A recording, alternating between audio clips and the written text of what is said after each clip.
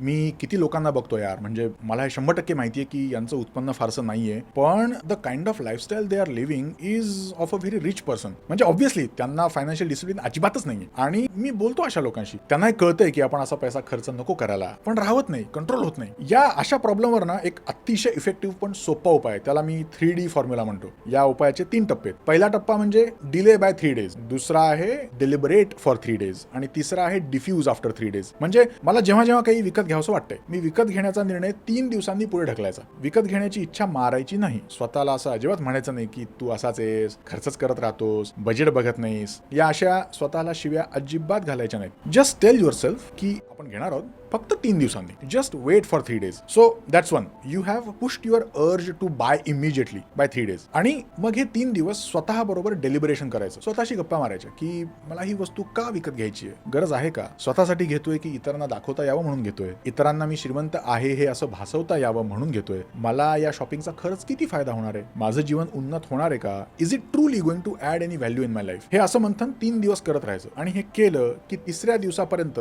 आपली रॅशनॅलिटी जागेवर आली असते. तिच्या मदतीने ही अनावश्यक खर्च करण्याची उर्मी आपोआप डिफ्यूज होते, तिचा आपोआप निचार झालेला असतो. हे ऍब्सोल्युटली सोपं आहे. फक्त स्वतःला वेळ द्यायचा आणि स्वतःबरोबर गप्पा मारायच्या.